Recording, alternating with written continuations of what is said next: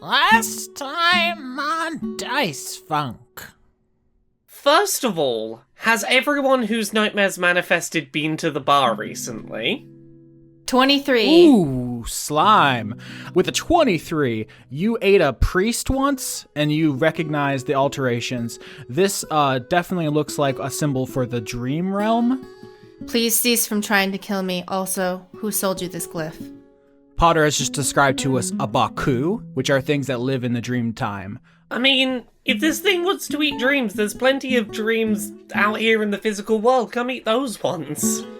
You are all a farm, much like the vegetables we made to suffer so we could consume.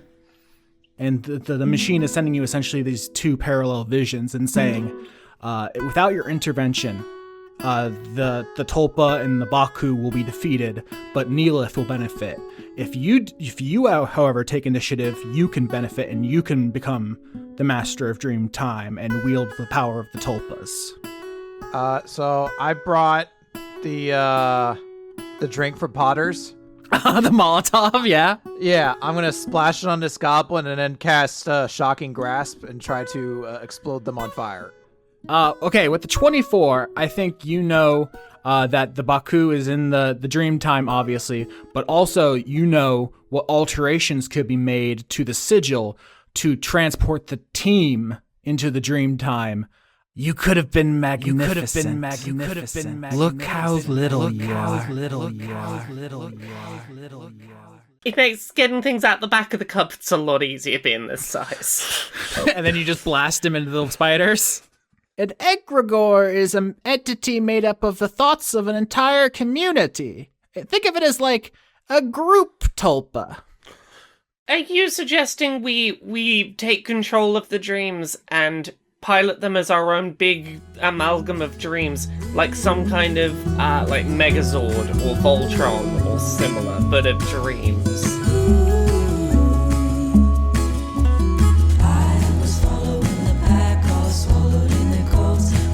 Of red tied round their throats, they keep their little heads from falling in the snow. And I turn round and there you go. And Michael, you would fall and turn the white so red as strawberries in the summertime.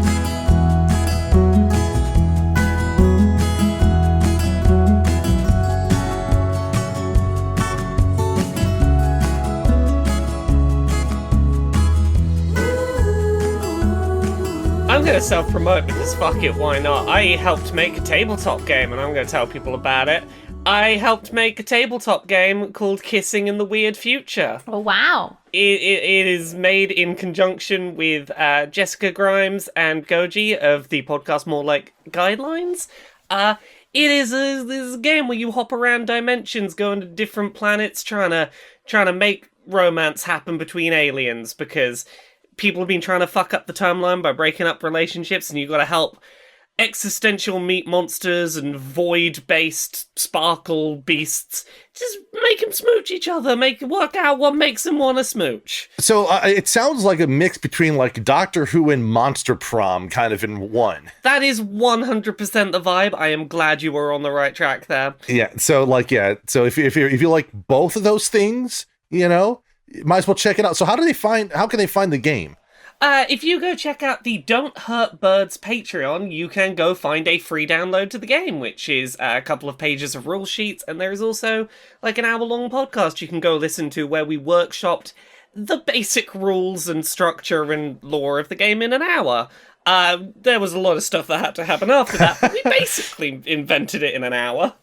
Yeah, so I think it's definitely really great to hear, and I think it'd be great for us all to just kind of hear people's play experiences, because that's really kind of where the fun is. Go play. It's very gay. It's an opportunity for you to just be very roleplay heavy, very rules light, do a bunch of weird gay alien stuff. So yeah. So like, it's like be gay, do crimes, fix alien romances. That's exactly. Sounds like that sounds like a 3-point list of attack right there. Fantastic. The whole appeal to me for Dungeons & Dragons is not the intricate rules, which I respect anyone who does really like them because I can understand why people would.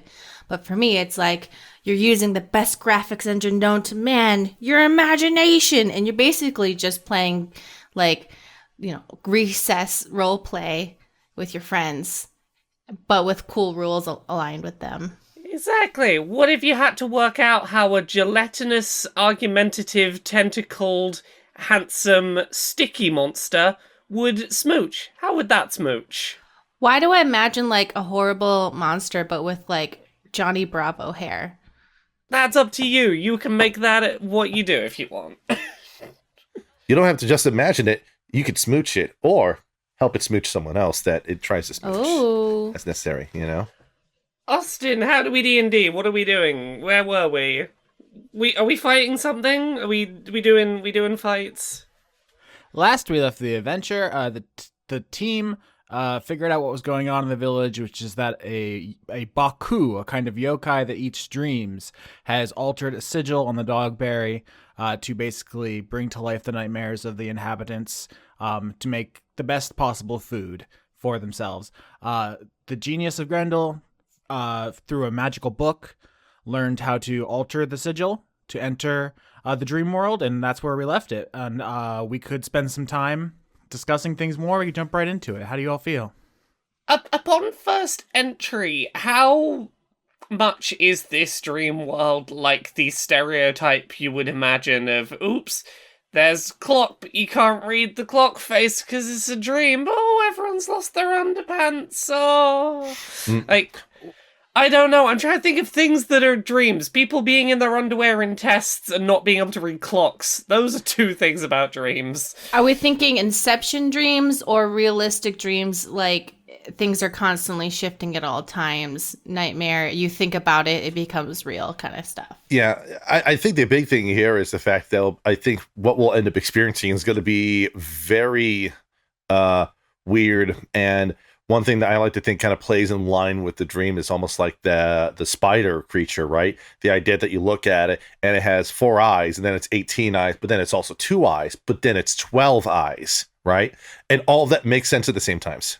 When you people guess things and you're like, oh, is it like the stereotype? You're running such a high risk that you then describe exactly what I have in mind, and then I look like a fucking asshole unless I change it. So It's not a criticism. It's Austin's just saying, let's get to it. Let's just hit the ground There is running. nothing wrong with a thing being the thing you expect it to be. Sometimes a thing is what you expect. But then again, it. we also could do the tried and true tradition of trying to change course immediately when someone might be onto something, even if it doesn't make any sense to course correct, and it causes all other sorts of problems, So.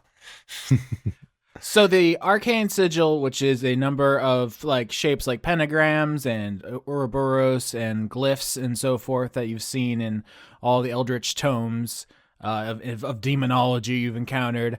You connect a line here, you connect a line there, and then suddenly blackness.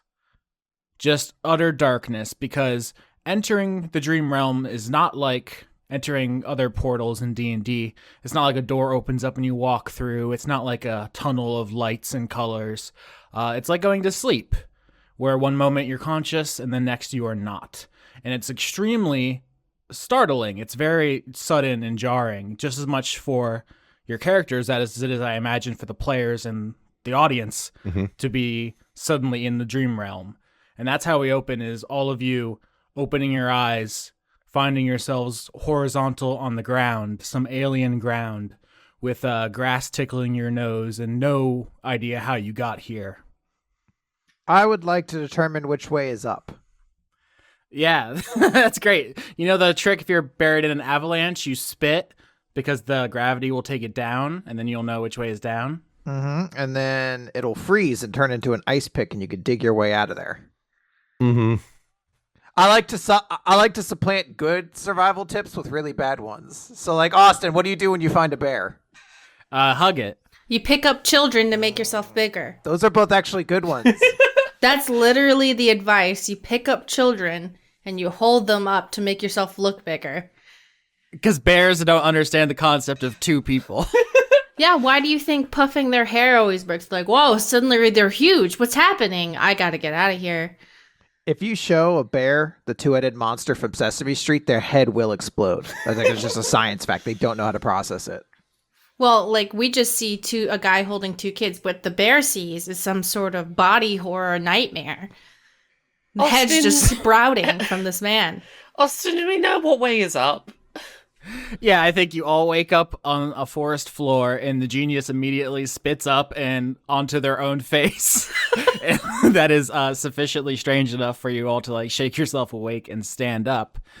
You find yourself in a forest glade here. The trees, the rocks, the clouds in the sky, everything has this wavy quality to it, like wet paint. Like at any moment, the clouds could drip down onto you and just Like Robin Williams' Heaven and What Dreams May Come. yeah. Or like those famous paintings. With just those famous paintings, guys. You know. Salvador Dali is what you're thinking, probably. Yes. Yes, yes. So as you all, to get your bearings now in this other place, why don't you all roll me something to figure out what's going on? Because right now you're just in a forest that you've never seen before. Blessagation. I crit failed. I'll be right back. If we're doing investigation, then Aze rolled a 5. 16, which I think is not going to be enough to rescue that botch. It is not going to be enough to rescue. The party fails, and in particular, the genius botch, which makes sense because they just spit into their own eye. It burns! It's raining. Slime is on all fours on the ground, just trying to figure out what's happening. I mean, this is kind of how sleep dream realms work. You don't really realize you're there until you're there. Can I attempt to use my imagination to create like a flying piece of toast? Interesting. Well, first of all, you botch, so I do want to say that there's a complication before you start summoning Toast. Okay. Which is, I think, as you're kind of rolling around this forest, genius. At the speed of sound, yep. Got to follow my rainbow. Oh my God, Crush 40, will you leave me alone? You begin finding that the wheels of your chair are kind of picking up off the ground every once in a while, as if like a balloon inflating with helium, and you think you're about to start floating away. Okay. Can I make that toast now? Yeah, roll for Toast. I mean, I got a 10, so it's just like average toast. Maybe like wheat. Not the best, but... No, you just get a handful of like flour or just wheat. It hasn't even become bread yet. So you're getting like step 1. You get a bunch of wheat. Oh, is this how this place works? Can I imagine a compass, but instead of pointing to north, it points to where we need to go to do our mission? Well, in the immediate, we have a floating genius is the problem, I think. Yeah, I think you all start talking about that because you see the genius summon some wheat, and then you also see them start to kind of float away. I cast Earthbind on the genius and then go back to screaming into the ground. Okay, you lash the genius to the earth with sticky strands of goo, and then you just go back onto all fours, face first into the ground. I'm now laying down face first into the ground, making a quiet scream. Genius, don't worry. If we need to get moving again and you start floating, I'll just grab you with one of my tentacles and we can carry you around like a balloon, stop you floating away. Oh, excellent. I have never been a balloon before. I know, it's the first time for everything. Damn, it would be sick to be a balloon, wouldn't it? I mean, this seems pretty chill. You get to fly. You get Not wild on how easily I could just completely pop. Oh no, that's part of the appeal for me. Is it the tension? I will not elaborate further. So yeah, no. Joking aside, Neellith's gonna try and magic up a compass to point us where to go. Yeah, intelligence. Intelligence. Do I have any of that? I'm gonna clip that. I don't know what I'm gonna use it for, but I'm just gonna have that one in my back pocket. That's a crit. That's a natural 20. Well, fuck me sideways. So Neellith, I think you summon your mental energies, and you're psionic to begin with. So I think maybe this comes more naturally to you, as if it's a muscle you've flexed before. I should not have questioned my intelligence. I'm great. And you conjure a rudimentary compass into your hand, and it whirls around wildly as if the destination, it has not fully taken shape, as if your search for the destination has willed said destination into being. And eventually the hand of the compass stops and points firmly in one and I was gonna say north, but there is no north, there is no east, there is no west. It's just wrong and right.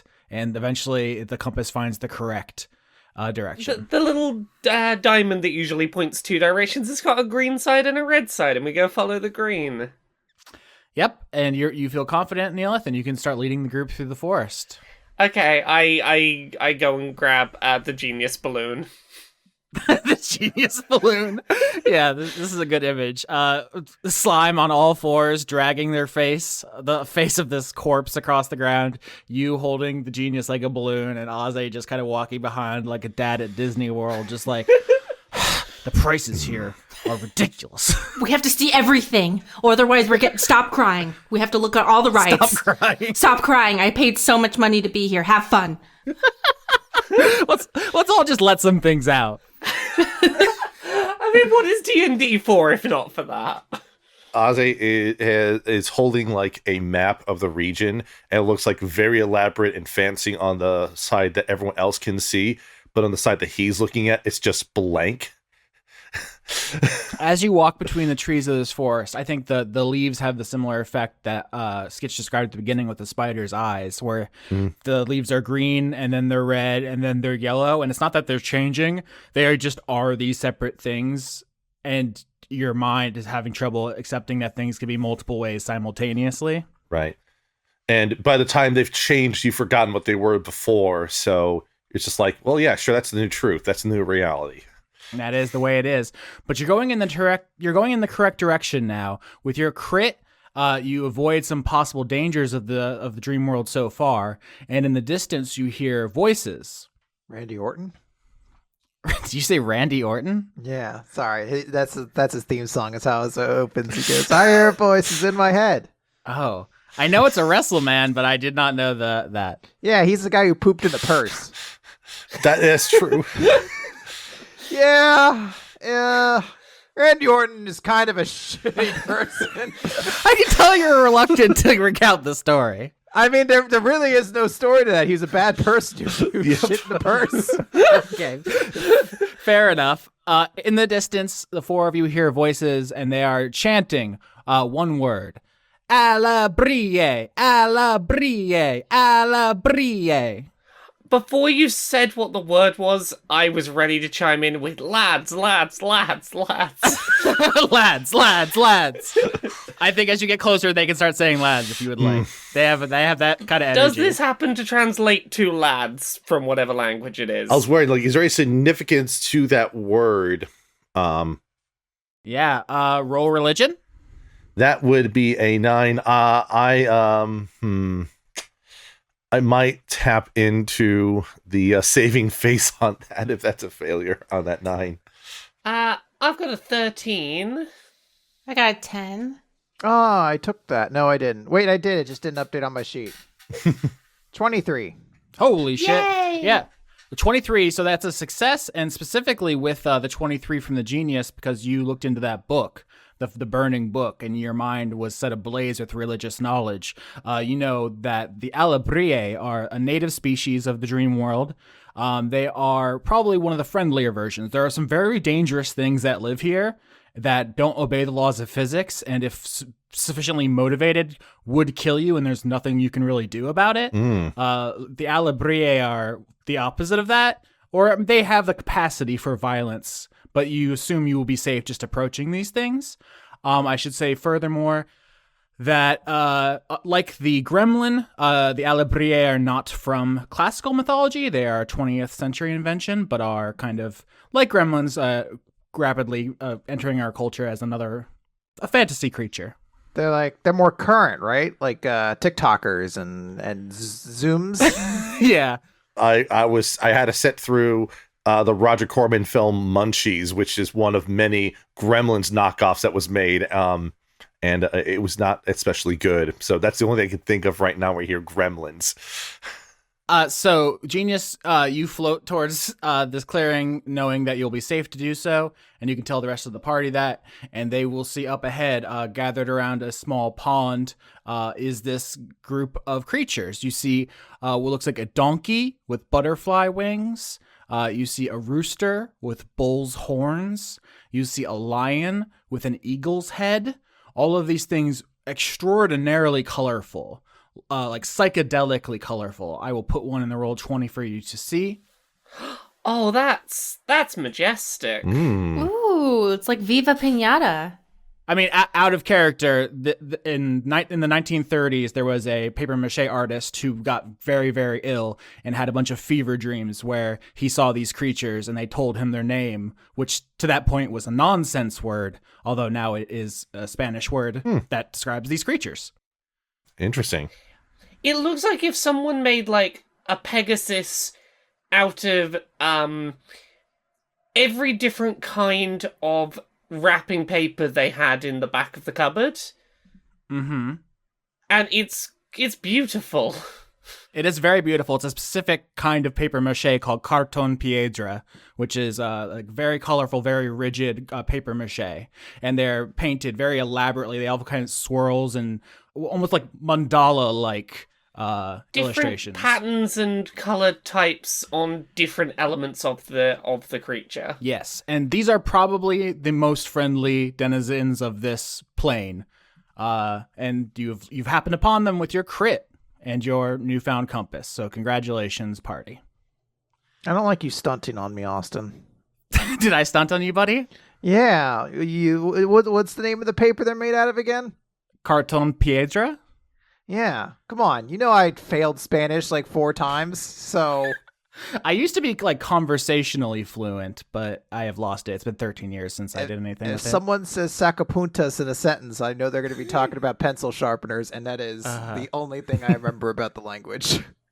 I was going to say, if it makes you feel any better, I dated a Spanish speaker for 8 years, and I still didn't absorb it. I just I don't know. If I cast, well, actually, yeah, don't worry about casting. Neellith's just gonna, float gently and non-threateningly over and try and say hello. Yeah, the Alabriers just continue going, lads, lads, lads, lads, lads, as one of them does like a keg stand to drink from the pond. Hi, sorry to interrupt lad time. How do you all do? I think the donkey with the butterfly wings, which is my favorite design, so that's going to be the one that talks to you, says, "Hello, it is nice to see a friendly face in the dream realm. no. Hello." Hi, I'm glad to meet a friendly face in the dream realm too. Dreams can be a mixed bag. I'm glad we've met some friendly faces. We do not get many visitors from the material world. What has caused you to brave this journey?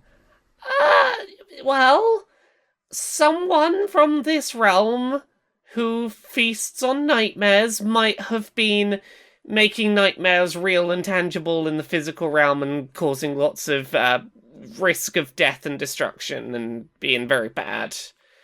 The Baku, we hate him. Do not we hate him, lads? Lads, lads, lads, lads, lads, lads. So of the Oh, so have you been aware of any activities of the Baku of late? Well, the Baku, they are native to this land. There are many names for it. We call it the Everwen, the Ancestral Past, the Dalkor, the Dreaming, the Wuji, the World Dawn. You can call it what you like, but there are many Baku here. There is one particular Baku that might be attempting quite a bit of interference with the material realm in order to feed their hunger. Yes, you must seek the Baku for the forest. And all the Alabriates like confer with each other and they say, Forest, forest, forest, forest. And all the trees begin moving with them as they're chanting, as if they're all an extension of the same consciousness. This is quite a large forest at that. There's many places in here that the Baku might be residing or hiding. Yes, the donkey with the butterfly wings speaks up and specifically says, "Yes, you will not make it through the forest without a guide. Out there are things, hungry things." Are you going to be that guide for us, and can we make friends with you and bring you back to the prime material plane and have a new friend? I mean, I think the Alabrier says, "I do not know if I could survive in your world. There are several planes, the old world at the bottom of your mountain, the new world at the top of your mountain, the gray, where people go when they die, where there is no potential, and here, in the everywhen, when there is nothing but potential. I love it here." Okay, that's fair. That's fair. I ask this to every nice person we meet. There's a bit of a character flaw, but yeah, you want to help us go through the forest? You seem chill. Come, adventure. Yes, I am very chill. However, even somewhat as chill as I am still in danger from the inhabitants of this world. The quarry hunt relentlessly. The Quarry are indeed a rather persistent threat in the realm of dreams, if I recall right. But Does Sketch is Sketch well versed in Eberron? you talk about specifically about the Kalashtar, I think, and their relationship with the Quarry. Nerd stunts, nerd stunts, nerd stunts. There was a person that played Kalashtar actually in one of the episodes of Shard Point. So Yeah, that's true. So yeah, like Aze will regard the donkey fairy. I forget. Yeah. And we'll just simply and say, "I can assure you that we can do everything we can to guard and offer safe harbor for you if you're able to provide us your knowledge of the ways of the land here and how to navigate safely." All right, that sounds like persuasion from the group, with advantage because you approached openly and friendly. Friendlyly? That's nothing. That's only a 9 from Aze. In a friendly manner. Amicably. Huzzah! I remembered a word. 25. 17. There we go. 17 and 25. That's a success. Neellith, you're through 25. I think they particularly respond to your good vibes. And the donkey with the butterfly wings says, "I like your vibe. I dig your style. I love your hat. I will accompany you." Does that mean we now get to chant lads, lads, lads? Are we? Lads, are we, lads, lads, lads, lads, lads, lads, lads. Lads. And the party goes deeper into the forest, leaving the rest of the Alabriers by the pond. Slime, are you still dragging your face on the ground? And Genius, are you still a balloon? Yeah, obviously. Come on. Slime has now taken to having their head up somewhat, but still a very quiet scream is happening at all times. Like, like one of those dogs that won't stop crying. Oh no, I know what you mean. That's so sad. Oh. As you journey through the forest, following this donkey with the butterfly wings, purple, blue, red, green, yellow, all over, an explosion of colors on this animal. The trees seem to part for them. Once again, as if there is some kind of connection between intelligence and environment here that does not exist on other planes. But there are still things lurking out here. Roll survival. That'd be a 15 from Aze. 19 from Neellith. Oh, Shazbots. Yep, the group definitely succeeds. 9. So I think Slime, with you at the highest roll, 20, I think you are the first one to sense the quarry out in this forest. That's Quori. Do you want to describe to the audience what they look like? It looks like a naga on the bottom half, but the top half is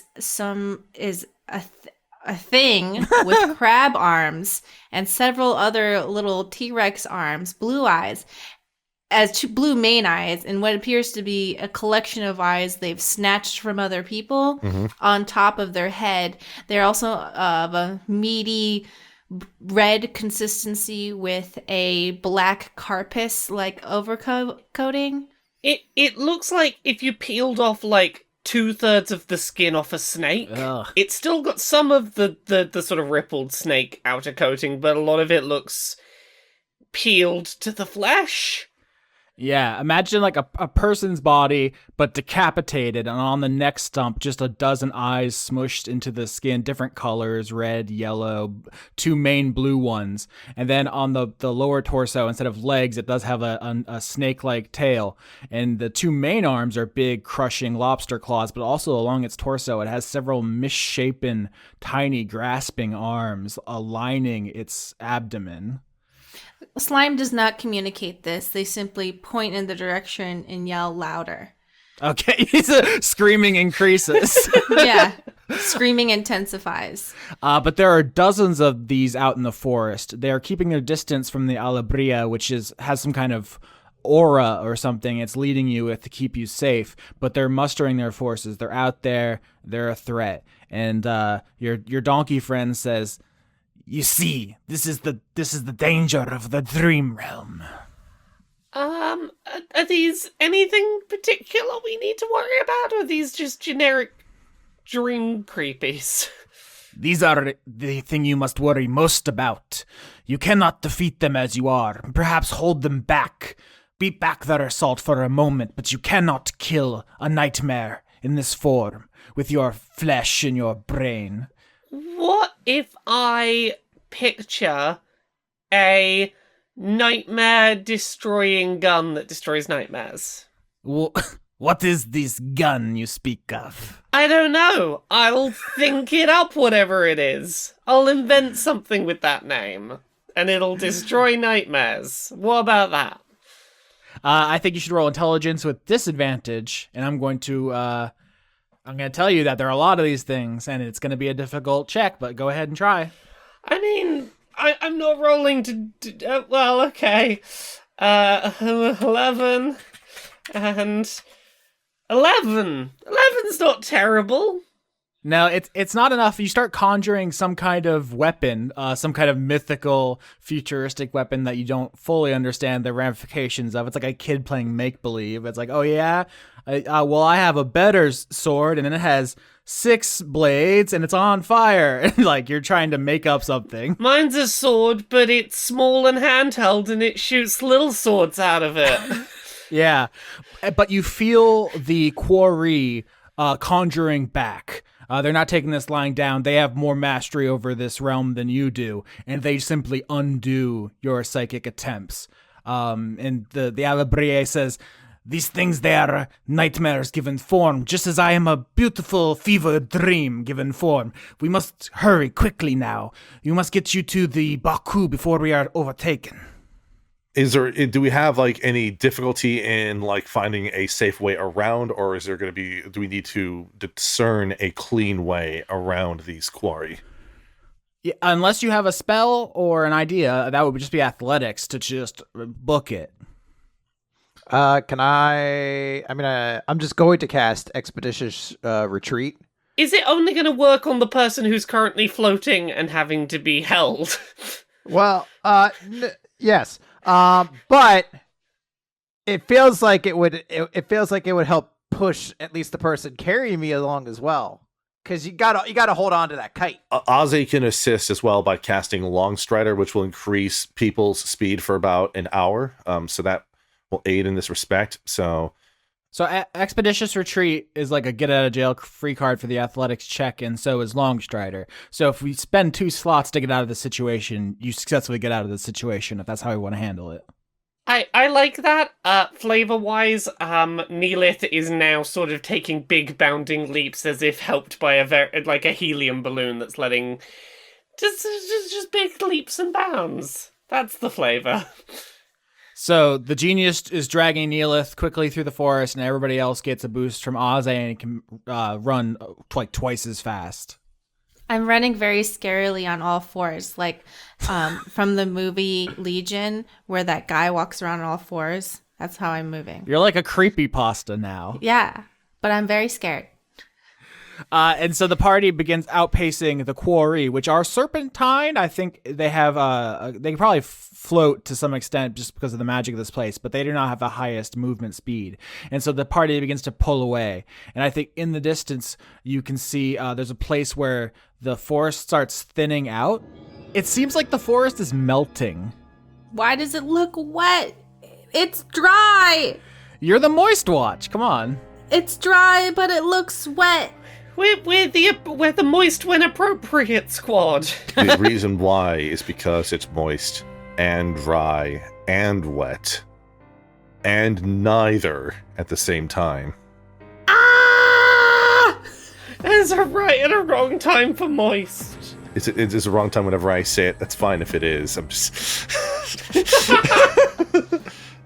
So I mean, like, does it appear like it's creating like a barrier, or is it just that the trees are melting around us? No, it doesn't seem like a barrier. It seems like the end of this part of the land, and it seems like the beginning of something else, and it's melting into it. And I think as you near the end of this biome, I think the Alabrie stops and like turns around and says, "I shall hold them off. You go ahead and find the Baku." Before we go, does the Baku have any, like, things that it is weak to or afraid of that you could let us know that we could imagine up before we go in? In this dream world, everything can be a weakness or a strength if you believe strongly enough. It's all a matter of perspective, and perspective's always shifting here. And it is also a matter of what you eat before bedtime. That can really mess you up. Pretzels were a terrible choice. Neellith starts packing away the cheese-based packed lunch she was about to offer everyone. No spaghetti carbonara before this boss fight. So you reach the edge of the forest, and you can see now what kind of landscape this forest bleeds into, which can only be described as a clear night sky, as if you are floating now in space, just darkness and twinkling distant stars. But you can just run into it as if it was land, because the forest was relatable, but you're in a dream space, and now things are going to start getting extremely weird. I say they're going to start getting weird knowing you're already being chased by weird decapitated lobster snakes, so I guess that's relative. Aze is going, once we kind of are into the area where we're basically surrounded by stars while running through them, he is going to have to stop for a moment and just sort of take in the sight for just a moment. Is any of it familiar to him? Yeah, I think you can definitely recognize the old world sky. We've probably discussed this in passing, but to reiterate, there are kind of two sets of stars in our universe. There's the old world stars and the new world stars, also known. Well, I mean, you can explain this if you want. Yeah, there's the old world's the foundation underneath, and the new world's the firmament above. So these are foundation stars. So it's a largely mature, elaborate star system. It's dense. The difficulty in perceiving it from this standpoint is that very few people directly see these stars. Most of it is just documented well enough that there's very clear renderings of what particular constellations are. Yes, this is like the sky as we players understand it. Orion's Belt, the Big Dipper, those kind of stars. And so you start running into the sky, as it were. You're now floating in space. You're like in a screensaver, essentially. But the stars look like you can reach out and touch them almost. It's very surreal. And as you begin kind of floating away from the forest, you see it melting in the distance until it's just a pinprick of green color, and then it's gone. And now you're in space, as it were. And as you keep moving in one direction, it seems like the stars move with you. Everything is kind of moving along in one direction in an uncanny way. In order to try and prepare for whatever's coming, Neellith's gonna try and conjure up some of her favorite things. in the hopes that creature that feeds off of nightmares might be weakened by us entering the boss fight with a happy, positive mental state. With whiskers on kittens Yeah, exactly. and big woolen mittens. No, my one weakness. I mean, is that so ridiculous to suggest might be this boss fight's one true weakness? If you roll well, it's not ridiculous. If you roll poorly, it is ridiculous. What do I roll to whiskers on kittens? It's still intelligence. Yeah. Intelligence. Just straight this time, not disadvantage anymore? Nope. Okay. 12! Yeah, 12 is slightly above average. So something does happen. Name one of Neellith's favorite things. I think the first thing that Neellith manages to conjure up is, it's a really, really low quality, little trophy. The kind of thing that, like, couldn't have cost more than a couple of quid to make. Very, very low effort. That's got a little, best chef in town carved into it. Aw, that's cute. Who gave you that in universe? I think in universe this was given by Potter. The last governor? yeah, sure. Let's go with that. Little informal, just hey. It's been a busy summer season. We've had a lot of visitors come through. You did good. Little tiny trophy. I love that. So you conjure a little trophy, and I think that does get the attention of the Baku, because you hear a voice echoing through space, and it says, "Hey, Toots, what's the big idea?" I really like this trophy, and it's very nice. Yeah, take that. I think in the distance, also floating in space, you see materialize this animal that we've discussed before, this yokai we've discussed before, the Baku, which looks like a combination of elephant, rhino, lion, tapir. It is this creature that is what the Pokemon Drowsy is based on, if that helps your mental image at all. But It looks like a fabulous furry Drowsy. Yeah. What if Drowsy was a furry? That's that's where we are. One of the dramatic ones who did theater. And I think he's wearing like a big coat, and he's wearing a what's the version hat called? What? Oh, fedora. A fedora, yes. Oh shit! He's wearing a fedora. How are we gonna say it? How can we fight? How can we fight such an evil fiend? Actually, Such a menace. Why are you bringing that in here, sugar tentacles? Oh. I would like to shoot this thing with lightning bolt. Okay. Lightning bolt, I believe, is a dex save. Yeah. All right. Let me look at those stats. That's a 0. Botch. Wow, you nail the Baku with this lightning bolt. Holy shit. What an entrance. 27 damage. Yeah, the Baku is like thrown backwards in a smoking explosion as the lightning bolt hits him directly, and he's kind of flung back and says, "Hey, come on, guy! What are you gonna do? Why are you trying to white knight this? She's gonna go fuck you. Come on!" I was curious to see if electricity functioned the same way here. Now I know. And I would like to do it more. Also, sorry to ruin this for you, but lightning is one of the genius's favorite things. Yeah. I would like to cast what is technically vampiric touch, but really it's me eating them alive.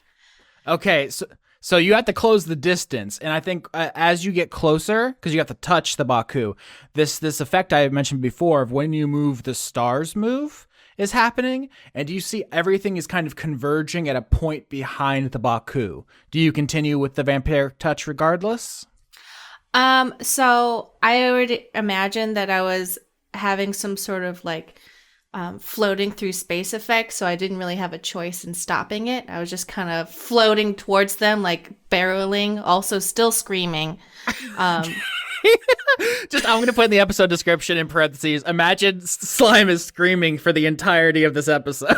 Not loudly, just a constant scream. Yeah. And I'm just like, barreling through space towards them, and I'm still screaming. And hopefully I hit them. I don't want to presume what the next steps are. No, make that attack roll. Okay, 17. Yeah, so describe to me how this works. Okay, so I'm barreling towards the monster, and I latch onto them. Have you ever seen a starfish eat? Yes, they spit out their stomach, right? All right, so I grab onto them, and I just spit out all of my insides onto them, and I'm holding onto them and just like, like eating them from the outside, and then I suck Just it like back. a typical broad, am I right, fellas? Yeah. And I suck all of my insides back in once I'm done. So I'm going to roll 3d6. 14. All right, yeah. It's not that much damage, but it's a good hit. And I think you have full health. Everyone came in with full health, and you didn't get it caught by the quarry. So you get your icky juices and burning tummy all over the Baku, and it shoves you away. Aze, do you do anything? He's been kind of distracted. For those that might have been watching Ozzy at times, he probably is borderline tearing up at just the sight of the stars, because literally this would be the first time he's seeing even a representation like this of the Foundation stars. So it's just like he's having a bit of a moment. But then he sort of snaps out of it when the lightning bolt shoots off and Slime closes the gap, and he tries to gather himself a little bit and remarks over to the Baku. We have caught on to what you are trying to do within Grendel, and we are here to stop you from pursuing it any further. Like I care, you ugly mugs. Y'all need to get out of here. You're bitten off more than you could chew. You don't know what I'm capable of. And you don't know what we're capable of, so I don't know how this is any sort of a threat. Don't make me summon the commemorative plaque I once got. All right, I warned yous. Here I go. And you see all the stars that are moving in the direction with Slime reach a central point, a hot mass of star stuff behind the Baku. One of the terms for this kind of dream realm in Aboriginal culture is the world dawn, and that is what you have stumbled into, the beginning of time, because all the stars go back to the beginning where they began, and then the Big Bang happens. So it's a dexterity save to dodge it, right? To dodge the Big Bang. It's a wisdom saving throw because physics is weird here. You're not all instantly incinerated, but there is a psychological effect of all matter exploding at once in front of you. 16. Wow. 9. Oops. Wait, no, I fucked that up. Sorry. Do I get advantage for my funky trophy? And Ozzy rolled a 16. Only Neellith fails. Interesting. So you take 14 damage and you are blinded, Neellith, as this wave of force and fire, essentially nuclear explosion happens. My trophy! All the planets and the stars that erupted from this hot mass at the beginning of the universe come flying by you, and this blinding white light just overtakes you, and you are stunned. You take that damage spiritually, and all of you are momentarily blinded. And when the light subsides, the Baku is gone, although you can hear him cackling somewhere. Just, take that, you suckers! And you are all surrounded by asteroids and comets and all the detritus of the first explosion, which is now a kind of minefield you find yourselves in. What do you do? Can I conjure a spaceship? You can try intelligence check. 17. Yeah, I was looking for 15. So, Genius, describe your steampunk spaceship to me. It looks like my face, like a giant version of my face, but there's just fireworks shooting off everywhere. So your face as in Chris, or your face as in the genius? A genius. Okay, I wanted to make a clarification there, because So a genius-faced spaceship kind of forms out of the hot molten metal coming off of the Big Bang, and it all kind of forms itself together at your will, and you just like jump on. Yeah, it'll pull everybody in, Mm-hmm. and the ship is laughing. The ship is laughing. That's great. Yeah, it's just like oh. The Baku sees that this is happening from wherever he is and says, "You snooping no good sons of so-and-sos, I'm gonna get you!" And some star stuff comes together on each side of the spaceship, and you see 3 figures formed out of stars. These are familiar to anyone who's been in Pastor Vary's igloo. It is a giant owl with exploding suns for eyes. It is a serpent the length of the belt of Orion, and there is a curled cat with a planet in each paw. And these things are both cosmically large and also attacking the spaceship in a way that's paradoxical. What do you do? We don't need to roll initiative necessarily. This is still more of an environmental hazard, but... So, Slime truly fully believes that these 3 creatures are dead. So, can they believe that to be true here, if it's a dream? Nothing in the rule book says that a slime can't dream. It's like these aren't the real ones. This is something fake. Yes. So if Slime would like to roll intelligence to conjure and manifest, absolutely. It's up to you. Conjure and manifest that these aren't the real gods. That 14. I was looking for 15, so unfortunately that is not enough. I think maybe they shrink a little bit, so they go from like literally the giant cat is just like holding a planet like Jupiter in each palm, and then they're kind of shrink down, and they are just the size of the spaceship you're trying to escape in, and they're trying to the cat's trying to bat it out of the air, and the owl is swooping overhead as the snake is kind of like coiling to strike. Can I help at all with my atheism? See? Everyone dexterity saving throw as the star beasts attack. 10. 15. 15. 11. Aze and Genius get hit. Yeah, so 6 damage. The star cat bats the spaceship to the side. The snake strikes and like bites into the metal of the fuselage of the spaceship as it still does break free, and it's still going. It's still a chase scene. Do not worry, this ship will survive. I conjured it out of chrome digizoid. That's the metal that Metal Edamon was made out of. Chris, Yeah? you're the best. You're welcome, buddy.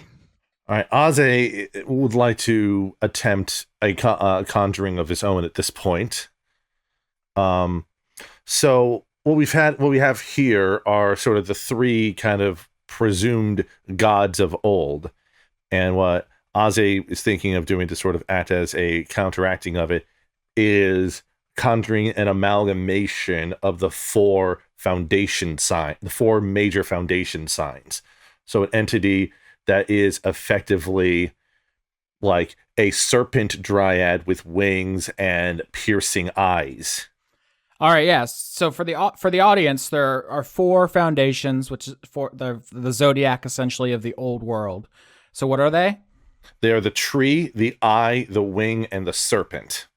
Okay. And so you've combined them all into like a super zodiac. Yes. All right. Intelligence.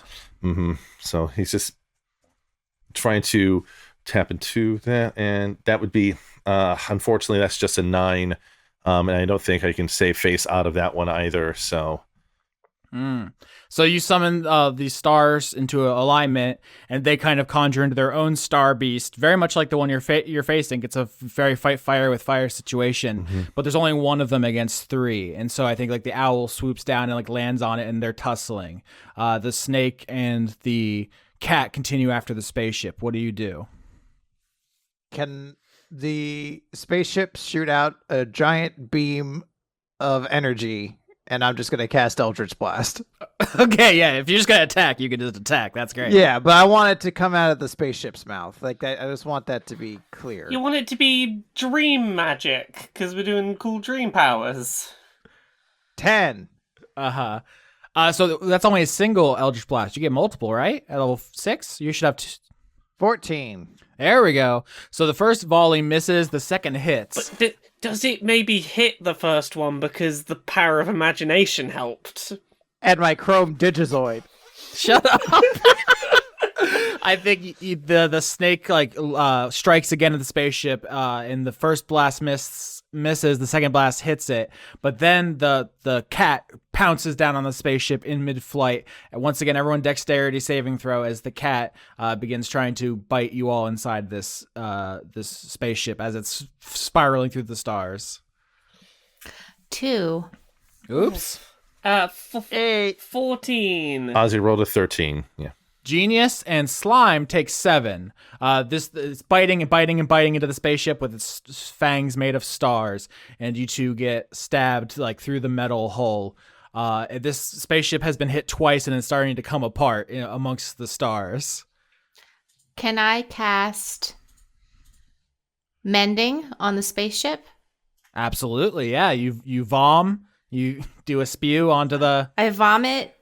I spew my vomit onto it. And much like in the cartoon, it heals it together and it sparkles after because it's a dream. Can some of the slime be coming out of the eyes of the spaceship? Yes. I want this visual in space.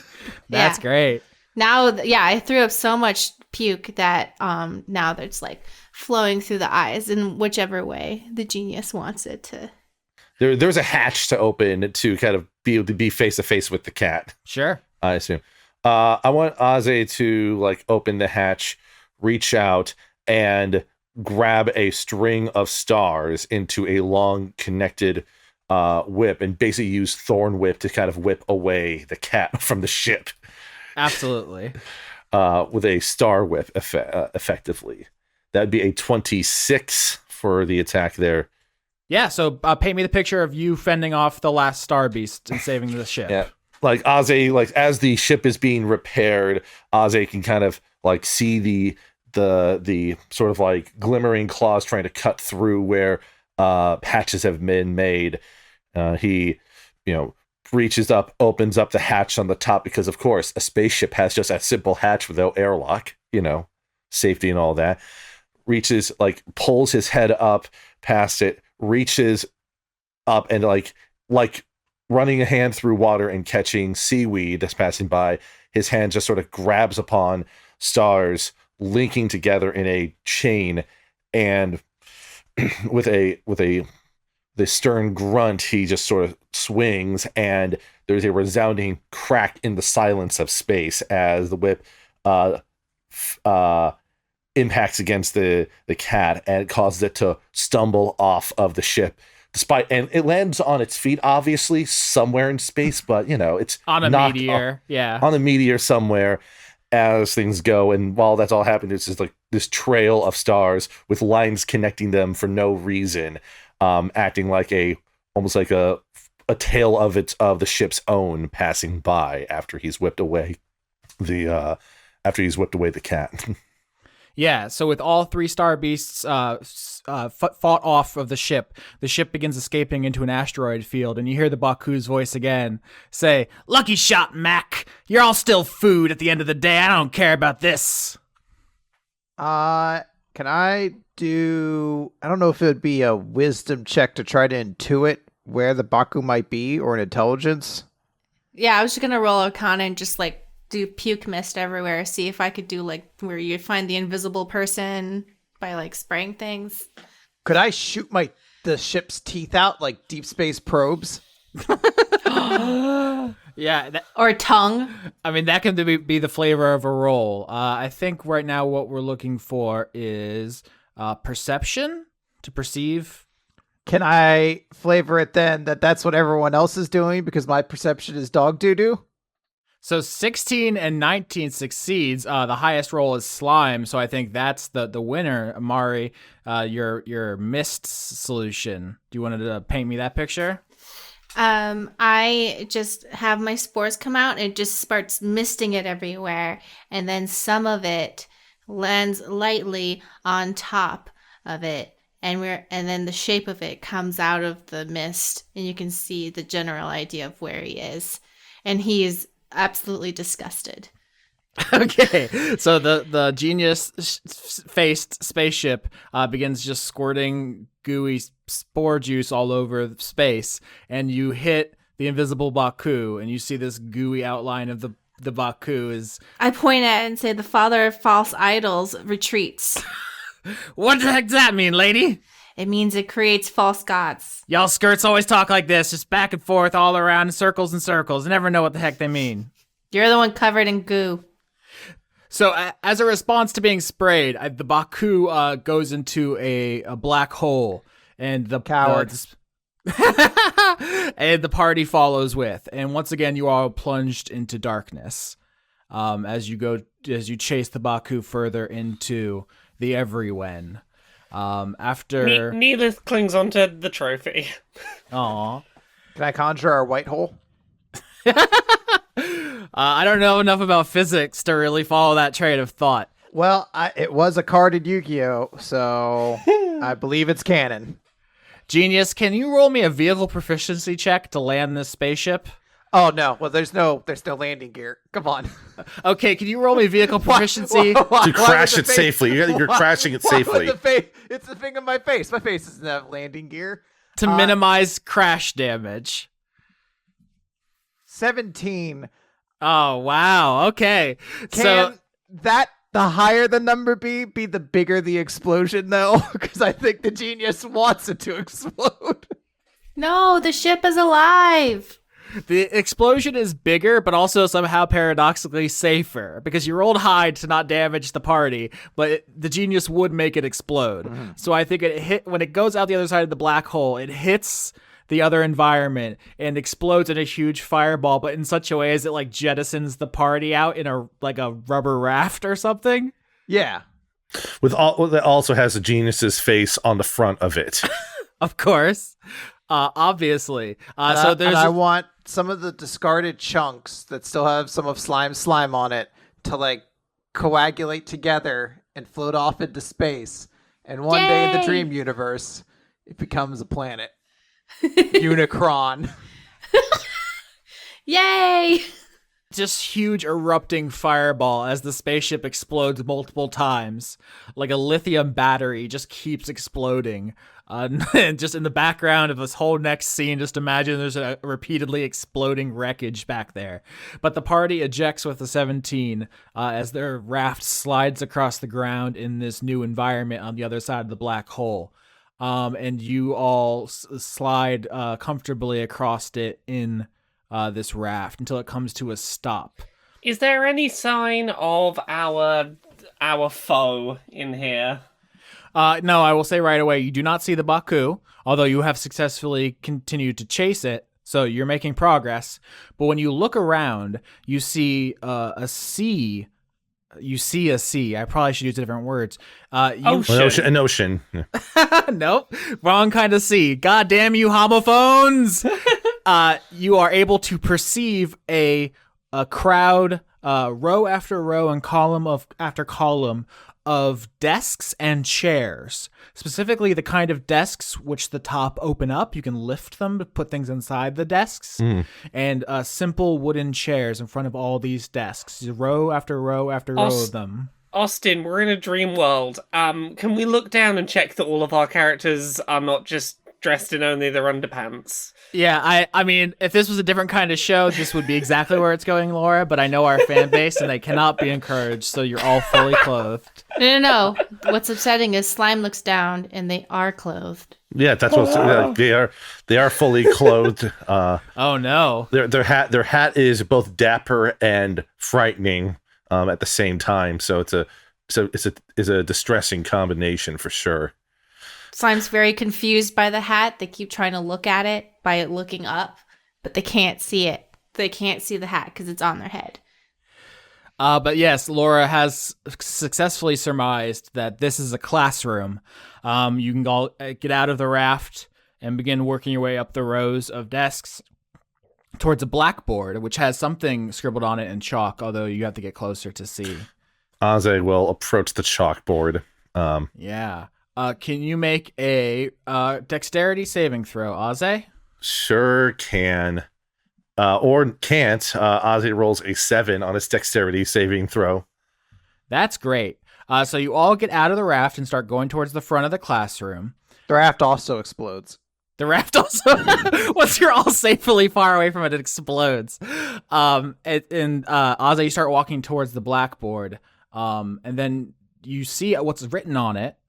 First of all, there are 4 columns separated by chalk lines. One has a little hobgoblin drawn at the top, one has a little squidling, one has a little goblin, and one has just a pile of goo. Just a little weird, like a little soft serve ice cream goo person, like a little emoji guy. And then below these 4 pictures are just a whole mess of dots. Just dozens and dozens of dots. So what was the dexterity saving throw for? Maybe before I tell Ozzy about the dexterity saving throw, what do the rest of you do? Can I conjure something? Sure. I want to conjure Shoko. Oh, interesting. Yeah, try intelligence. 14. So I think you concentrate very hard on Shoko, who is a little gremlin, kind of like we've discussed before, kind of like the Pokemon Sableye, a small, blue-eyed little creature with very sharp teeth, wearing usually welder's goggles and a blacksmith's apron. And I think what appears is kind of like a big action figure version of her. It's not actually her. You can conjure something that looks like her, but it's just it has kung fu grip. Drat! I will have to explain all of this to her later. Genius, you say that to Slime and Neellith, but looking up from your action figure, you don't see Aze in this room. Oh. The Starman is missing. Is the chalkboard still there? Yep, the 3 of you in this classroom see the chalkboard with the 4 pictures and all the dots, but none of you see Aze.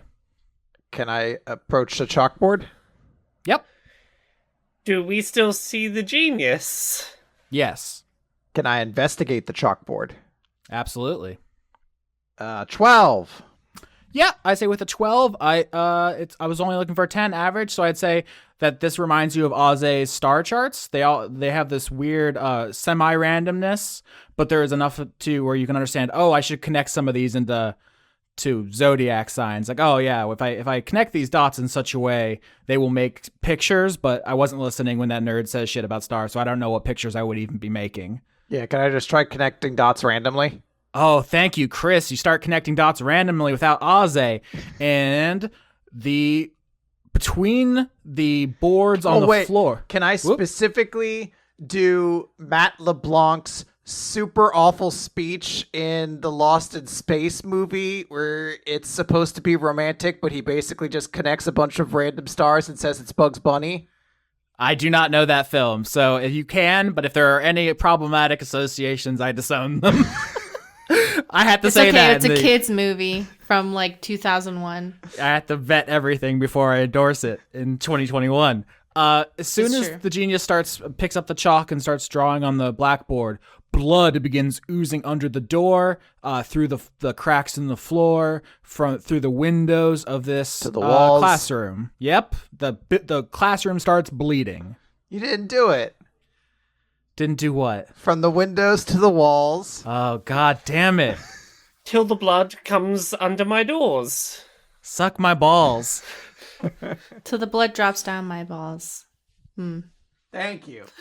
Slime and Neellith, you see the genius begin drawing on the blackboard, and then the room starts bleeding. Aze, you see this chalkboard with all the dots and the 4 pictures, and you turn around to address the group, and you are hit smack in the face by a whistling winter wind, because you are no longer in the classroom. You appear to be on top of Mount Grendel. You are knee-deep in snow. The wind is ferocious. The flakes are falling thick, and you can look up, and you see there's a hole in the sky, and above that is the new world the gods created after the old one was destroyed, where people go to observe the stars and make notes and maps, and they bring them back to you. Can I do... First of all, I yelled, this is false visions, but can I also do an Arcana check? Yeah, sure. 20. Non-natural. Not a natural 20, but Slime, you remember when you were in Ruth's office and people were discussing their nightmares. You said about losing your friends in a fire. The genius said if we see a goblin, it'll be easy to kill them. And Aze said being alone with no one to help check their mistakes or to work with was their nightmare. So when Aze disappears and is isolated, you assume that the Baku is out and about, is working their dark nightmare magic on your party. Aze is going to approach the portal to peer beyond it, like pulling their arms around themselves to keep warm as they move to peer beyond the portal itself. Yeah, so Aze, you peer up into the new world. You can pull yourself up through the portal, which is just like, a hole cut in the sky. It's very surreal. Even in the physical world, this has a dreamlike quality because the world from the mountain and below is all post-apocalyptic ruin, and above is this pristine world, and you pull yourself up into it, and it's like in one direction you see beautiful crystal blue ocean, and in another direction you see rolling plains with dozens of fruits and vegetables you've never seen before. In another direction, wagon trains of explorers braving this frontier. It's just like a time of intense exploration and discovery, and you are just gripped with such a terrifying existential fear of pulling yourself up into this world. It's hard to describe kind of like the feelings that are going through Aze as when he pulls himself kind of through that feeling of don't go in there kind of horror movie logic, but he just does it anyway out of just some instinct, impulse, what have you, to go towards where to go in that direction. Yeah. So you pull yourself up, and there is all kinds of beautiful scenery, but there are no people. This layer doesn't have any natives. It doesn't have any people to displace. And the few explorers that have ventured this far are out and about. So there's nothing but walking in your future here. Do you just take off in a direction? Yes. He does walk in a direction. I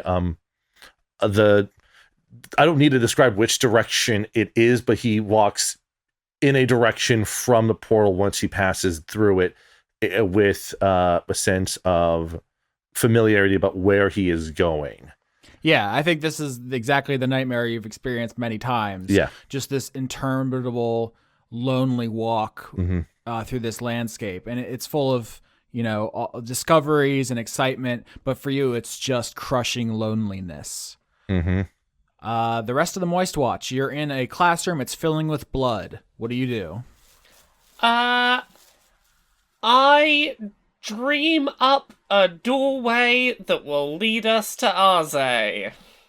All right. Intelligence. No one was paying attention during Aze's lectures. This puzzle would be so easy if they were. 5. This is great. So Neellith, you think, door, we'll just walk out. Easy. So you in your head, you picture a door appears in the wall. You reach out, grab the handle, turn it, pull, and the motherfucking Krampus bursts in. Oh, fuck. 8. So it swings at your head with its claw, and unfortunately you're very short, so it misses. But now the Krampus is here as the room fills with blood, and you see behind... I explicitly did not want the Krampus door. I'm gonna roll. I want to punch the Krampus back through the door, and I crit. Okay, you crit to punch the Krampus. I want to shoot one of my crossbow bolts, and again, it's like green arrow, where like it like the arrow expands into a boxing glove. It just punches the Krampus right in the face, and the Krampus falls back through the door, and then it closes. Oh, I was so excited to summon Jack Skellington to fight Krampus. Okay, Mari. Okay, so the Krampus is knocked back through the door, but also just a deluge of blood is coming in through that door as well. So I want to say that as this room fills, the Krampus has been repelled for the moment. I'm not going to make it attack you for a couple minutes here, but it's still a threat. It's out there, and this is going to continually keep getting worse. What else do you do? I would like to summon a sentient boat. A sentient boat. All right, intelligence. Audience, learn from my mistakes and don't ever give your players a dreamscape that they can summon things into. You see how I fucked up. A sentient boat with the head of a dragon, and the dragon talks. 11. I assumed this was literally explicitly why you'd done this, was so that we could have an arc of just making shit up. I don't know why I do anything I do, Laura. That's an 11. I was looking for a 15. I think instead of a boat with a talking dragon head, a la Wind Waker, I think you just get a little raft floating in the blood. And I think as it hits the surface, spiders begin crawling up out of the blood onto the raft and kind of covering it. These are the nightmare spiders with the shifting eyes and legs. Can I conjure up a drain? I want to conjure up a drain in this room. That's what I was about to get to. All right, you can try. No, 9. Nope, not. So you begin, Genius, a flood of spiders begin coming up out of the blood and biting you. Ow! You have the boat! You take 4 damage. Aze, you are walking through this beautiful countryside in the New World. Literally with their last gasp of power and life, the old gods of Dungeons & Dragons built this for you and all the people living to enjoy. But all you feel in your heart is emptiness and despair. And I think you hear a voice say, "Come on, Jack. What's the matter? This ain't your style? Come on." You know exactly why I'm displeased with being here.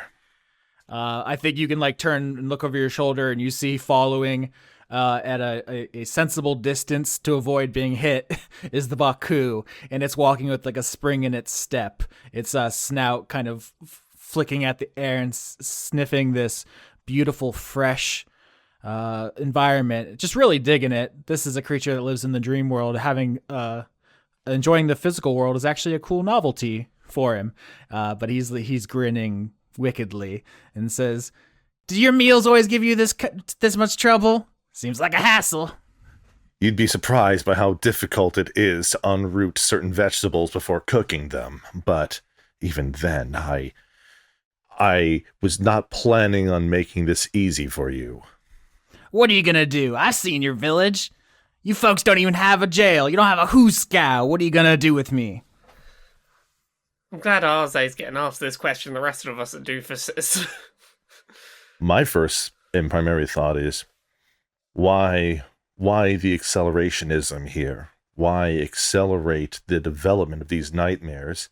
You're merely going to run out of food, and then you'll have to find another community to prey upon. It cannot be a sustainable approach to this situation. You don't know what you're talking about, man. I haven't seen a juicy village like this in some time. This is the jackpot, Jack. If it weren't for our intervention, then it seems that some of the individuals that you were going to prey upon would have perished, and in their perishing, you would be left with no nightmares to feast upon, no dreams to indulge in, no fantasies to frolic upon with your foul attempts at fraternal antics. What do you take me for, a sucker? I know that when a nightmare kills a person, that just gives it that extra seasoning. The fear from their death gives it that little. So is this strictly hedonism on your part, or is it survival? It's what I do, man. It's what I eat. You judge an anteater for eating ants? It's what they do. They do it for survival.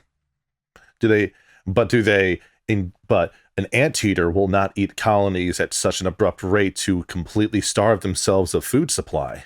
Your tactics seem unsustainable, especially if it takes this much work to get what must be a finite bounty of dreams to indulge upon. Nah, hit the road, man. You don't know nothing. A lot of villages out there. I can live a whole year on just you folks. Then I'll move on. So how have your meals been so far? Hopefully they've been dissatisfying enough for your taste. Spicy. So what do you think you're going to get out of me while I'm here? I'm interested to see where this goes. And I think at this point, your nightmare reaches a more specific part. I guess I want to give Skitch the floor.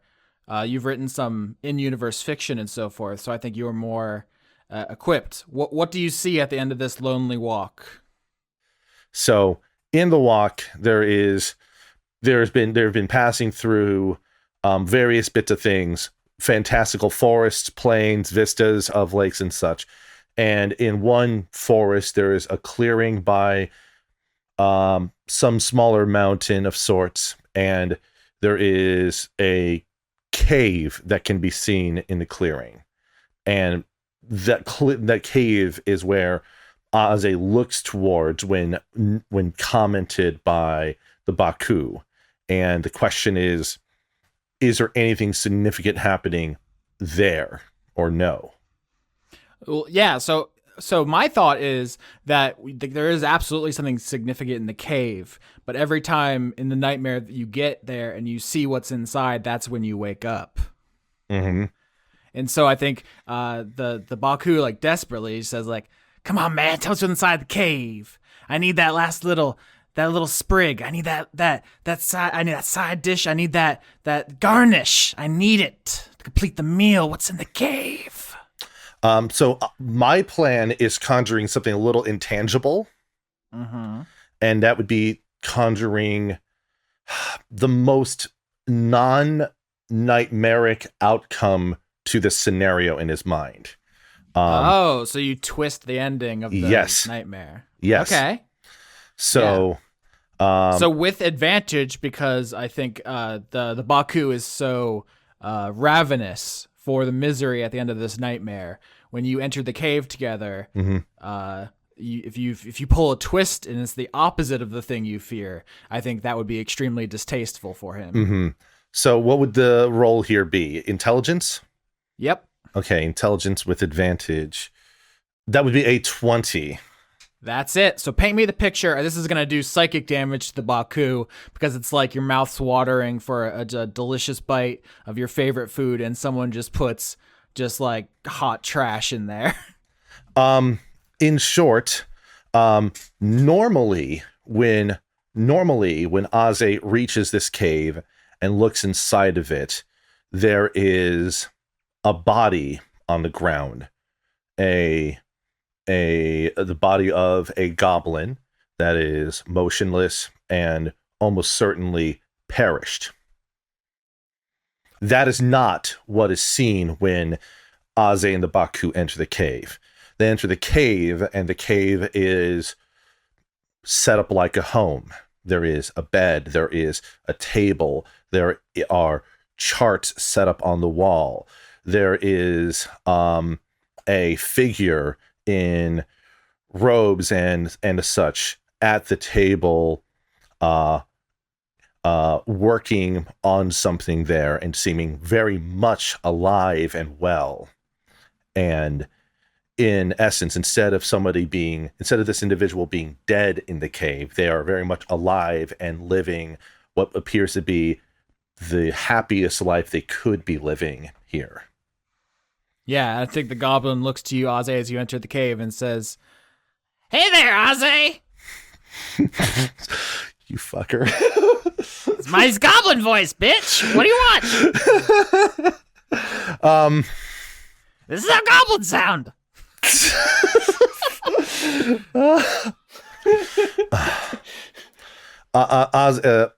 Aze sees the goblin regard them and just has a weak but a smile that is both, that's not like a big smile, but it's a smile that is working through tears and difficulties, and just says, it's good to see you, Voya.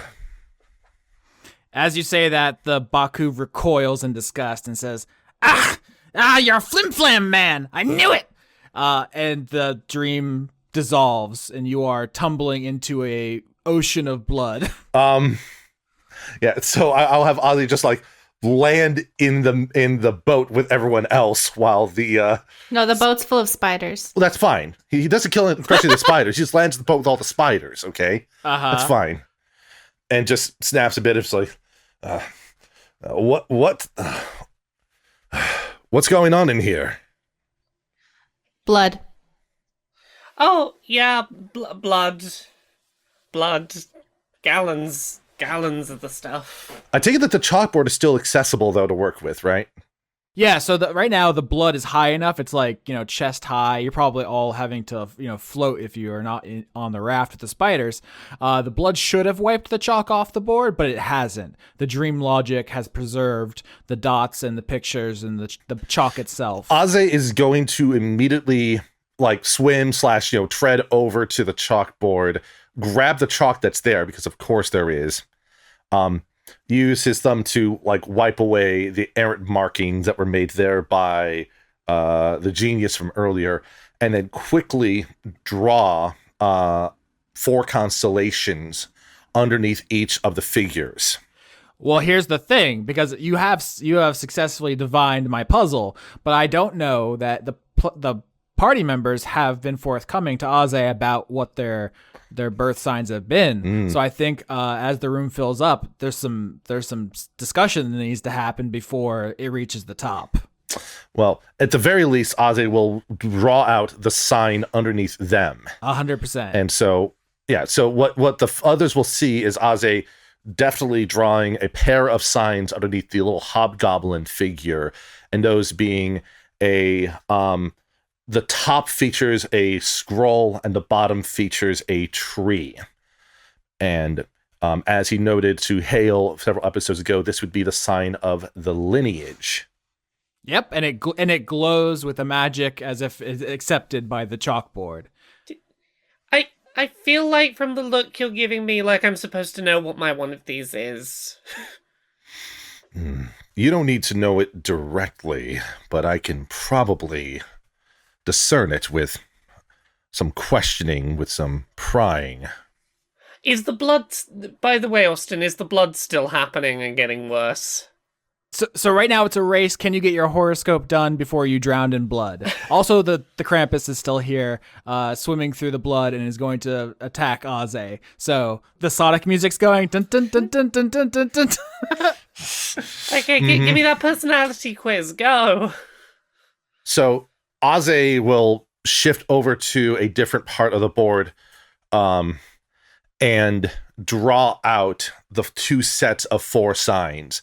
So so on the lower half, you see the tree, you see the eye, the wing, and the serpent are the 4 that are drawn there. And then above them, kind of in the same positioning, you then have the leaf, a set of scales, things to weigh things on, a hand, and then a scroll that could hold information, a paper scroll of sorts. Do we need to know what they all mean, or do we just pick ones that feel right? They all have varied meanings, so if you want to ask about any of them or the combinations, you may feel free to do so. Tree hand. So Aze looks at Slime. Slime motions to tree and hand and draws it out while remarking, "This combination is known as the ancestor. The tree reaching from the past into the future for a lifeline, and the hand reaching through time to exert influence to those in the future." Slime was there when the gods died. I wasn't a part of it, just happened to be around. What does the wings mean? The wing tends to mean freedom and expression in particular. Creativity, especially. I like the wings. And on the other end, what was scales? Scales is usually done for things like exchanges is a big one. In fact, the wing and the scales is in fact called the exchange, usually exchanging of either commerce, ideas, feelings, and those sort of matters. Yeah. in many ways, this does seem to match well with you. You exchange food and sustenance to others, while they exchange with you good vibes. Yeah, wings and scales, I think. Indeed. So that would make you the exchange. And Ozzy draws deftly on the board underneath Neellith, which then leaves the only spot to the genius of Grendel. This seems like the kind of thing that the genius would have absolutely zero interest in. What's the third sign? The third sign would be wing. And then combine that boy with the fourth sign. Oh my god, Chris is rolling for it. That's so funny. He's letting fate decide. Okay, so I think as the genius just says third side, fourth side, I think the Krampus gets to you, Aze. It has a crossbow bolt through its stomach, and it tries to wrestle you down beneath the blood to drown you. Strength contests, first of all. All right. Ozzy rolls a 5. Let's see what the Krampus got. 7. So it was close, but the Krampus does drag you down under the blood. Party, before Ozzy could finish the puzzle, the Krampus begins drowning him. What do you do? I summon Jack Skellington. Okay, roll intelligence to summon Jack Skellington, a legally distinct and non-copyright infringing. 11. Skack Jellington. Okay, you rolled an 11, which is enough to summon a skeleton, but I think there isn't any connective tissues and the bones are all separate. So he's not very helpful with an 11. Can I throw his head into the water and have him bite the Krampus? Yeah, make an attack roll. 23. Fuck me. Yep. For genius, describe how Jack Skellington with no connective tissue defeats the Krampus. I want to launch him on another arrow, but this time instead of a boxing glove, it's just Jack Skellington's biting face. Can it be Sack Jellington? Oh, this is Jock Skeller's son. Okay. Jock Sellers, fucking hell. I hate you. Sack Jellingston bites the Krampus's jugular out. Oh no, it's only adding more blood to our problem. Yeah, the blood's reaching the ceiling. I summon a tampon. Oh no, god damn it. Finish the puzzle. Well, we can't. We're drowning. I've summoned a tampon. Also, while we were fighting that thing, I have to do Google searches sometimes when we play this game. I had to learn whether blood is good at conducting electricity. Uh-huh. What'd you learn? It is. It contains, salts. Iron, and, yeah. iron and stuff. It contains metal and salts, and it's a liquid. It's perfect for electrocutions. Okay, so I can tell from Skitch's performance that the random rolls did not match up with Genius's personality as established. So rather than think of this as an impediment, I think this could be an interesting character choice to ignore the Genius's input and do what you feel anyway, or to go along with it and knowingly fail. Or maybe it works. I don't know. All are potentially interesting choices. There's no wrong choice. I'm curious what happens. Okay, does that stop the blood? So you can mark down the wrong one, nothing happens, and then you have to disregard a Genius's obstinacy to do it correctly? Or do you work together? So Aze could draw those two signs underneath the goblin, and it doesn't do anything when that's done. And so Aze will just mutter instantly, "We need to determine the correct sign, Genius." And at this point, the blood goes over your mouth, both of you. And now it's just, we're here. Aze looks, he looks at the Genius of Grendel for a moment, and then the word time sort of echoes in his head a bit over and over. And then the chalk goes over to the board, and then two signs are drawn underneath the Genius's caricature. On the bottom is an eye, and above it is a hand. What sign is that? That would be known as the horologist or the watchmaker. A confused shrug, because it's Yeah, that's sure. I do like time and watches.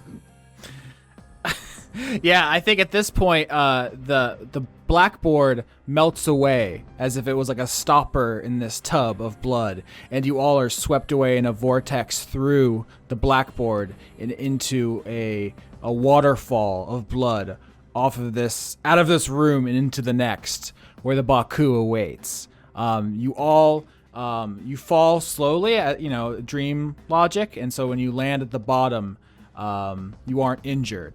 But there is, in addition to all the blood here, just a seemingly endless pile of junk stretching in all directions. It's like a very shallow swamp of blood with just garbage, like food waste, broken machinery, every possible bit of garbage and trash and junk.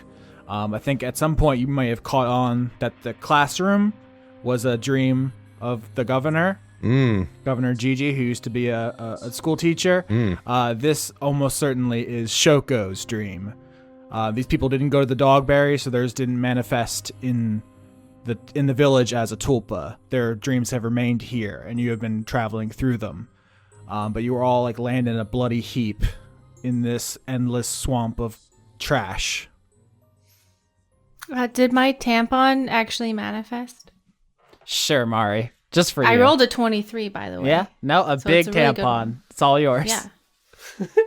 I hand my tampon to Neellith to comfort them. So. Neellith will find a subtle way to not hold on to it. Okay. Aze will ask, like, I didn't notice any blood before I disappeared. How did that even happen in the first place? Yes, I connected all of the lines. That was a reckless decision that put the rest of us in a bit more duress than necessary. Yes, but you had gone missing, so you needed to do something. I was hoping to be able to provide some insight, but I was swept away. Needless to say, thankfully, we were able to come up with the correct solution to that. I had to waver my last guess after doing what I normally would do in a consultation with you, or anyone else. I had to run through all the options in my head after you frivolously chose the wing and scroll. I was thinking that couldn't be right, so... Why could it not be right? You said the wings express creativity. I am creative. There may be creativity in your work, but it's not the most prominent facing feature of yours. I'm glad it all worked out. They're all just pictures to me. They may be pictures to you, but they confer deep wisdom about each of us, about who we are, what we are destined to be, about the world around us. They exude influence upon us. Well, I'm glad it works for you. It just seems silly to me. If he can cast great spells with it, doesn't that make it real? Sure. Does that mean I have to acknowledge every part of it? Yes. I just think it's weird for things to be important because of the day you were born. It's not merely the day you're born. That's a simplistic reduction of it. The date of birth has part of influence on it, but significant moments in one's lives can change which signs are benefic or malefic for them. Specific grand events around the world can change the relationships of the signs, thus exuding influence upon those that are witness to their combinations. Beyond that, the motions push and move various bodies through the ethereal realms in order to guide how we move in our own realm.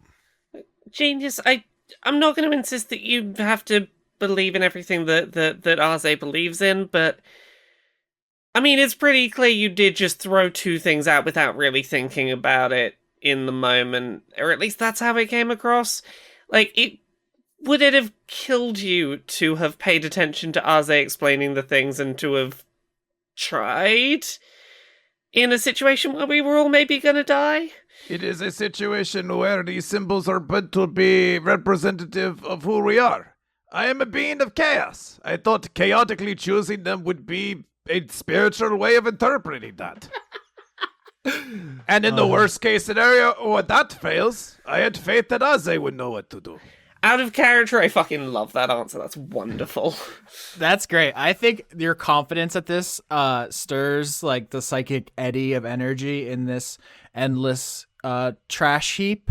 And I think you, as someone who's attuned to the psionics, Neellith, feel this. And I think the machine is granting you a vision of something moving as well, Genius. And so you two like basically snap to attention. Something is moving out here. I think, Genius, you feel a twinge in the needle-tipped glove from this vision you've seen before. You know that's important. Neellith, I think Ruth's words echo in your ears. You've reached the end of the journey. This is where whatever's going to happen is going to happen. Just remember, it is an awesome feeling to smash your past behind you. Crush it beneath your metaphorical steel fist, or sometimes literal one. As you say that, there's like a tremor from beneath the garbage, and I think the form of the Baku, but many, many times bigger, begins rising out of the garbage, which is cascading off of him in, avalanches of smashed household appliances and furniture and rinds and pits and every other kind of detritus here. And as the Baku, with a wide grin on his face, kind of rises out of the garbage, you see in front of him, he is summoning a small goblin, a Alhoon, the white illithid with the dry, cracked skin, and what is simply a sentient fire, which begins burning up the trash heap towards you, igniting the stagnant, shallow blood. I mean, we fought these once before, we can do it again. I can do this all day, sister. This is my world. I'm noticing a distinct lacking of something here. I ain't gonna get fooled again. Putting my cilantro in my stew. I would like to cast a debuff. And I would like it to come in the form of me summoning a confident female Baku. Is that the right word? Are you saying you wanna try to conjure in the dream realm a sexy Baku? Not Is a that what you're sexy telling me? one. A confident female one that is indifferent to intimidate nigging. him. Yeah. Okay. I didn't mean for this whole thing to be like a parody of a kind of guy. I just thought it would be a funny voice to do, but okay, sure. It's too late. You described them with a fedora. So I mean, you did literally ask, what's the virgin hat? It gets away from me sometimes when you're in the role-play moment. Roll Mari. All right, so I'm casting Rave Enfeeblement, so that's a hit plus 7. Hold on. Oh, okay. Because I know that you didn't want us to do too many, so I'm trying to. No, it's fine. All good. This is a very strong spell. 7 or 10. Just let me have this. I have to just let you have this. Well, I mean, Neellith is a bard. You do have inspiration die, don't you? 7. Thank you very much. Appreciate it. We established at the start of this dream episode that slime was made to wear clothes when we got into the classroom. In a totally non-sexual way, Neellith is going to think very hard to unmanifest those clothes. I'm no longer sensory overloaded. I can fully concentrate on this. Exactly. I'm glad you get what I'm doing. Okay, so to be clear, Slime, are you still summoning a confident Baku, or are you doing a confident Baku who has that has similar interests to the Baku, but it knows more. All right, I see where knows this more is. about all of it. And so the Baku is trying to conjure against you to unconjure your vision of this, and then Neellith comes up behind you and rips her clothes off. I mean, Like magically, but yes. That doesn't make it better, Laura, but it's fine. Hey, look, if you want a confident and powerful inspired slime clothes, no go. It's too much. So this ray of enfeeblement takes the form of a confident Baku, which intimidates your enemy into hesitating, and he temporarily loses control of the nightmares. The Alhoon, the fire, and the goblin. What do? I think the genius, you have this vision from the machine of you plunging your needle-tipped glove into one of them and basically taking its power, basically doing what the Baku is doing, but now you're in charge. And remember, Neellith, Ruth explained to you an egregore, where basically everybody in the village comes together and controls kind of a dream creature. Yeah. Neellith at this point has no reason to assume that's not still the plan. So Neellith is hard at work making that dream Voltron. So I have this vision that the machine wants me to do this, and I am going to take the glove and I'm going to throw it as hard as I can at the creature. Okay. It goes flying through the air and slashes the goblin. Just you nail them in the head with it. But that does not do what the machine wants, and the visions disappear. Neellith, you connect to these tulpas, and you have a psionic connection with the group as an illithid. So together, describe to me the form this takes, because an egregore is kind of like a guardian angel, almost a spirit of a place. It's like the mascot of Grendel. The way that this works basically is that there will be a good tulpa, not that tulpas are inherently evil, just that the way the Baku uses them is evil, but like a good tulpa that protects the village. What does this look like? And all of you are psionically responsible for this together. It is morphing time. It is morphing time. I like the thought that this creature is somehow assembled out of positive things that have positive associations for everyone in the group. So, like, if I was gonna start assembling this, as from earlier in the episode, the trophy might be the torso of this thing. Does anyone have anything that they would like to add to this amalgam of a creature? Can the face be shaped like the genius of Grendel's face? Yes, it can. It can be shaped like the genius of Grendel's ship. And every time after the robot protects somebody's dreams, it goes down on one knee and then explodes. Yes, that is the cool dramatic ending of everyone's dreams now. Each of the four limbs that extend from it have each of the Moistwatch's constellations forming across them. Oh, I really like that. That's really nice. So you have the lineage, the horologist, the ancestor, and the exchange all converging into this body here. Mine will be the left leg, and it'll be a pile of rotting corpses, but all of their eyes shine just like sun, moon, stars. Oh. This is funny because the historical examples of this are like the tutelary deities of cities. Like Athena is one for Athens. Yours is a terrible Frankenstein of a trophy, a robot, corpses, and zodiacs With glowing eyes. And it explodes at the end. Let me finish how I want to wrap this together. I want all of this to be sort of encased in just enough of a magical glowing light that it could conceivably be seen as like a blinding angel until you get close to it and it's like, oh, that's a trophy, and that's the genius's head. Okay, cool. Maybe we should step back a bit and look at it from a distance again. All the paintings of this would be done in overwhelming light. A lot of bloom. So the name for a group thought creature or thought creation is an egregore, but another name for a protective spirit of a specific place is a genius loci. I did not plan that in conjunction with Chris's character name. That's a complete and total coincidence. Yeah. But yeah, so we have formed Dream Voltron.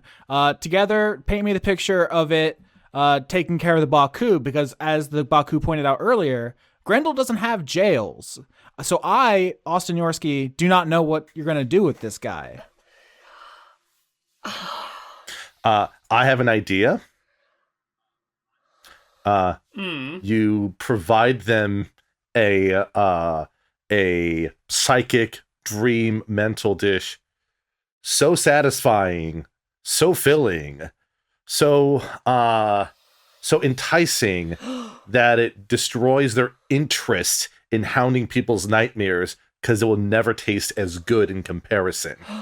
Oh goodness, I overwhelmed this thing with, oh no, nightmares just don't taste good anymore because I've had the dream meal. So the Grendel egregore is the patron saint of chefs? Because that's another form, patron saints of places. This magical amalgam creature that only looks horrifying if you get close enough to see past the bloom lighting, cooks up just this